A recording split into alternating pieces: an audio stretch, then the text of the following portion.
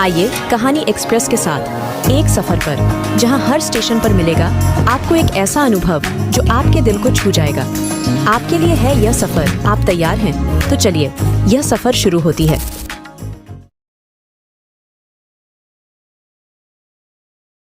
Do not enter Hindi में था, प्रवेश सख्त वर्जित है। शायद अरबी में भी यही लिखा होगा और नीचे भारत सरकार द्वारा जारी लिखा था। लेकिन इससे भी अधिक भयावह यह था कि लोहे का जो गेट इतने वर्षों से जंग खाया हुआ था, अब आधे बंद हो चुके थे। शायद हवा से बंद हुए होंगे। हमारे निकलने के लिए फिर भी काफी रास्ता था। हम किसी तरह वहां से निकले और अपनी गाड़ी के पास भाग कर गए और उसी भीगे हुए हालात में गाड़ी में बैठ गए। जल्दबाजी में मैं ड्राइविंग सीट पर बैठ गया था तो चाबी लेकर गाड़ी बैक मोड़ी और वापस गाड़ी को भगाया। पूरी गति में, धीरे धीरे धीरे। भाई, बारिश हो रही है, धीरे चला, बैलेंस बिगड़ जाएगा, मुराद चिल्लाया। बाकी तीनों ने भी टोका तो मैंने गाड़ी कुछ धीरे कर ली। कुछ देर में हम इस सुनसान सड़क से मेन सड़क पर आ गए। मैंने गाड़ी साइड में लगा दी।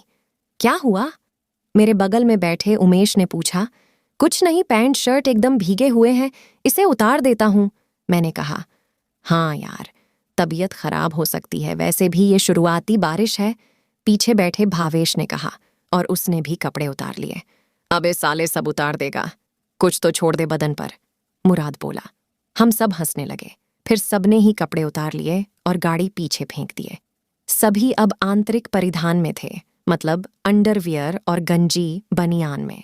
उमेश मेरे बगल में, यानी ड्राइविंग सीट के बगल में ही बैठा था। साला कोई देखेगा तो क्या कहेगा, मैंने कहा।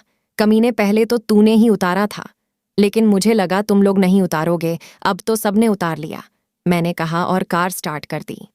आराम से चलाइयो भाई, अब मेन रोड पर आ गए हैं, मुराद ने कहा। साले, उमेश को फट्टू कह रहा था, अब कौन डर रहा है, भावेश बोला।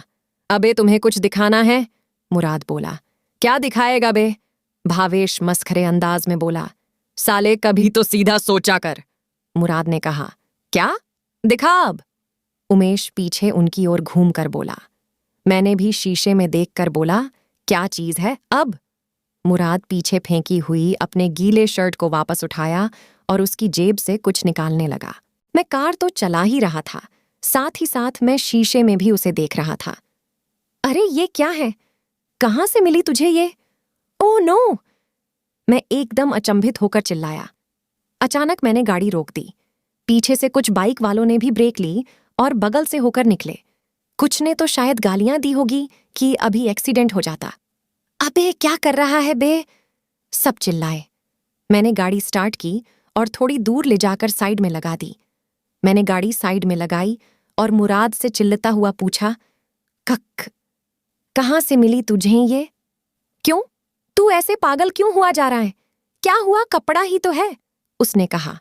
उसके हाथ में एक काला कपड़ा था। यार, कहीं ये काला कपड़ा वो तो नहीं, भावेश ने अंदाजा लगाया। भावेश का अंदाजा बिल्कुल सही था।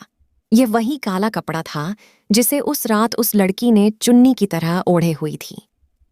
इस कपड़े को मैं कैसे भूल सकता था? मेरे आंख के समक्ष एक बार पुनः वह सब दृश्य घूमने लगा जब उस रात वो लड़की जीन्स पहने हुए सुनसान सड़क पर मेरी ओर आ रही थी, जब मैंने फोन पर बात करने के लिए अपनी बाइक साइड में खड़ी की थी। रात के 2 बजे काली चुन्नी ओढ़े हुए उस लड़की की केवल जुल्फें ही याद थीं, या ये काली चुन्नी, और या फिर उसके वो लंबे नाखूनों वाली उंगलियां। अरे, जब हम भटक गए थे ना, तभी ये मुझे एक पेड़ की डालियों में अटका मिला। इतनी सुनसान और धूल भरे इलाके में इतनी साफ अवस्था में पाकर मैं चौंक गया। मुराद ने बताया, तो तू लेकर आ गया? मैं बौखलाया। अरे नहीं, अचानक तुम लोगों ने आवाज दी तो जल्दबाजी में मैंने उसे जेब में रख लिया। लेकिन क्या ये वही कपड़ा है जो तूने उस रात देखा था? मुराद ने पूछा। हाँ यार, हाँ, मैंने कहा। कुछ तो गड़बड़ है यार, भावेश बोला। गड़बड़ तो अब होगी, उमेश ने सीरियस होकर कहा। कुछ नहीं होगा, बी पॉजिटिव गाइज, मुराद ने बेपरवाही से कहा। हट, अब तू पीछे आ जा, मैं गाड़ी चलाऊंगा। हाँ ले, तू ही चला, मैं ड्राइविंग सीट से पीछे चला गया। खैर, किसी तरह हम लोग अपने अपने घर पहुंचे। सांझ ढल चुकी थी। बारिश भी रुक गई थी। घर पहुंचकर भी बहुत अजीब सा लग रहा था। घर पर सभी लोग थे, लेकिन आज मेरा दिल कर रहा था कि अपने तीनों दोस्तों के साथ ही रहूं। अजीब सी कशिश हो रही, एक अजीब सी छटपटाहट। मैं नहाने के लिए चला गया। माँ रसोई में थी, मैं उन्हीं के पास चला गया। वह पकौड़े तल रही थी, साथ में छोटी बहन भी थी। मैं जाकर माँ के कंधे पर अपना सिर रखकर आंखें मूंद ली। थोड़ा राहत महसूस होने लगी, ऐसा लगा जैसे अब मैं सुरक्षित हूं। अरे क्या हुआ, कहाँ कहाँ घूम आया? मम्मी ने बहुत पूछा कि कहाँ गए थे घूमने, लेकिन मैं सच बता नहीं सकता था और माँ से झूठ मैं बोलता नहीं था, इसीलिए बात को टाल दिया। कहाँ जाएगा, इसके आवारा दोस्त हैं, उन्हीं के साथ आवारागर्दी कर रहा होगा। मेरी छोटी बहन ने मुझे चिढ़ाया। तू तो चुप ही रह, तेरे दोस्त बड़े दूध के धुले हैं, बंदरिया जैसे दोस्त पाले हुए हैं। हमेशा की तरह उसे मैंने भी चिढ़ाया और वो भी माँ के सामने नौटंकी करने लगी। मम्मा देख लो, इसे बोल दो मेरे दोस्तों को ऐसे न बोला करे। चल तू जा कमरे में, काम करने नहीं देगा तू, माँ ने कहा। और पीछे से छोटी ने मुझे मुंह चिढ़ाया जैसे उसने कोई खिलाफ तय कर लिया हो। अच्छा, बेटी का पक्ष, मैंने हंसकर कहा। हालांकि मेरा ध्यान अभी भी आज की रहस्यमयी घटना पर थी, लेकिन मैं इसे अपने चेहरे पर दर्शाना नहीं चाहता था। मम्मी, मैं कमरे में जा रहा हूं, घर की किसी नौकरानी को भेज देना मेरे लिए पकौड़े लेकर, मैंने छोटी की ओर देखकर कहा। मेरी नौटंकीबाज बहन ने फिर नखरे कर कहा, मम्मा इसे पीटो अभी, नन्ना इन्हें, निनो अभी। मैंने उसकी आवाज की नकल कर चिढ़ाते हुए अपने कमरे की ओर चला गया। पीछे से वो भी जीभ चिढ़ाने लगी। बेड पर लेटते ही पुनः सब कुछ याद आने लगे। मुझे तो अब भी ऐसा लग रहा था जैसे मेरे पीछे कोई खड़ा है। काफी देर तो मैं पीछे देखना ही नहीं चाहता था, लेकिन फिर लगा कि मैं डर गया। मैं कैसे किसी से डर सकता हूं? और फिर मैंने पीछे देखा तो वहां कोई नहीं था, होना भी नहीं चाहिए था। ये ले दूंस ले। इतने देर में छोटी पकौड़े लेकर आ चुकी थी। बाहर अंधेरा हो चुका था, बारिश रह रहकर टिप टिपा रही थी। मैं खिड़की से बाहर झांक रहा था। यात्रीगण कृपया ध्यान दें, अगर आप अभी तक वीडियो देख रहे हैं तो इसका मतलब है कि आपको कहानी पसंद आ रही है, तो वीडियो को लाइक कर चुके होंगे। अगर नहीं किया है तो अभी कर दीजिए, क्योंकि हमें वीडियो में लाइक देखकर बहुत खुशी होती है। आशा करता हूं कि आपने कर दिया होगा। चलिए फिर कहानी में आगे बढ़ते हैं। कुछ ठंडी हवाएं भी बह रही थीं।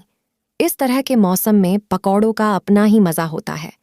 मैं टकटकी लगाए बाहर झांक रहा था और बिना देखे ही पकौड़े खाए जा रहा था।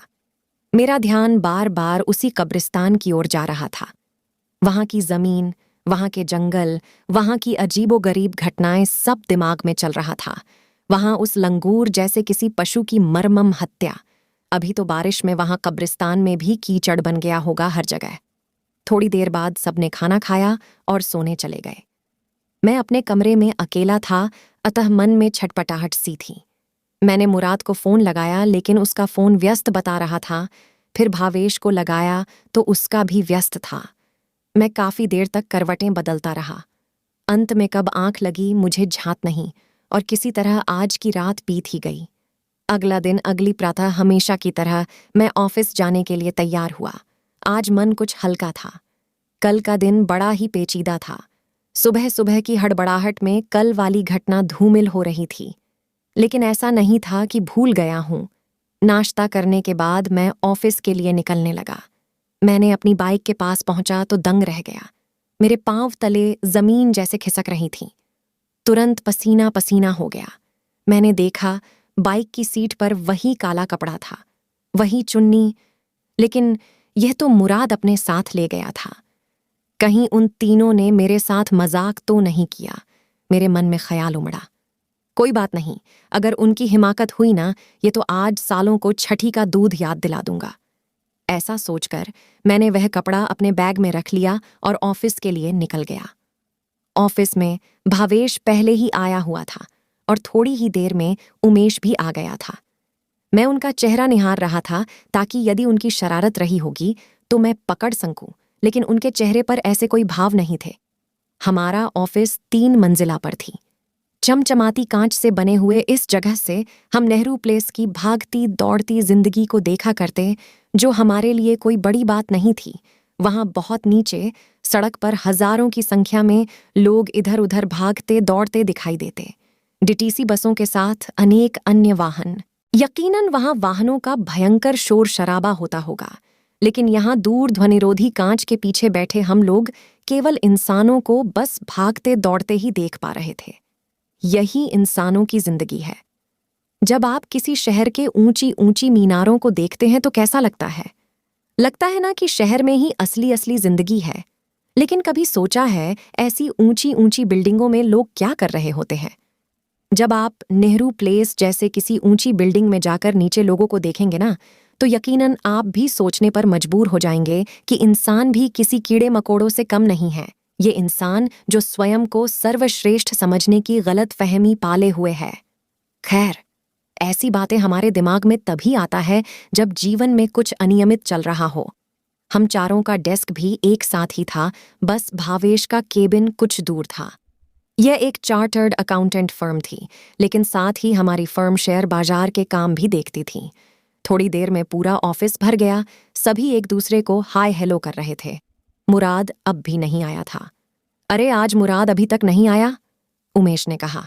पता नहीं कहाँ है, फोन कर उसे। मैंने कहा, लो, speak of the devil and devil is here. Bhavesh ने हमारी ओर देखकर कहा। मुराद आ गया था, हम तुझे ही फोन करने वाले थे, आज लेट। उमेश ने उसे बताया। बताता हूं भाई, सांस तो लेने दो, उसने कहा।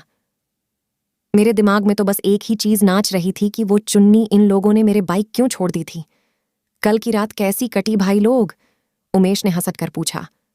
मत पूछ भाई, मैंने कहा। हुआ ये कि, मुराद बताने लगा, वो जो कल मैंने तुम्हें कपड़ा दिखाया था ना, हाँ, जिसे देखते ही अविनाश की, बोलकर भावेश हंसने लगा।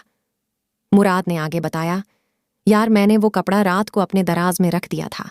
फिर सुबह उठकर याद आया तो मैंने दराज खोला और वहां कपड़ा नहीं था। मैंने घर में सभी से पूछा भी, लेकिन किसी ने नहीं देखा था। मेरे तो होश ही फाख्ता हो गए। अबे कहीं रखकर भूल गया होगा तू, भावेश ने कहा। मैं चुप ही रहा। नहीं यार, मुझे अच्छे से याद है, मैंने दराज में ही कपड़ा रखा था और गाड़ी की चाबी उसके ऊपर। मुराद ने यकीन दिलाने की कोशिश की। मैंने अपने बैग से वो कपड़ा निकाला और उन्हें दिखाते हुए बोला, कहीं तू इसकी बात तो नहीं कर रहा है? ये तेरे पास कैसे आई? मुराद ने घबराकर पूछा। मैं तो समझ रहा था कि ये सब तुम तीनों की कारस्तानी है। मैंने बताना शुरू किया और फिर सब बता दिया कि कैसे ये मेरे बाइक पर मिली थी। सभी हक्का बक्का थे। सभी के मन में शायद फिर से कसमसाहट हुई थी। इतनी देर में मेरे केबिन का फोन की घंटी बजी। Hello, Avinash here. जी, जस्ट कमिंग सर। मैंने फोन का रिसीवर रखा। बॉस का फोन था और उन्होंने मुझे अपने केबिन में बुलाया था। क्या हुआ, बुलाया है क्या ताऊ ने? मुराद ने कहा। हम पीठ पीछे बॉस को ताऊ बोला करते थे। केवल हम ही नहीं, पूरा ऑफिस ही। हाँ यार, कोई नया प्रोजेक्ट हैंडओवर करेंगे, मैं जवाब देते हुए वहां से निकल गया।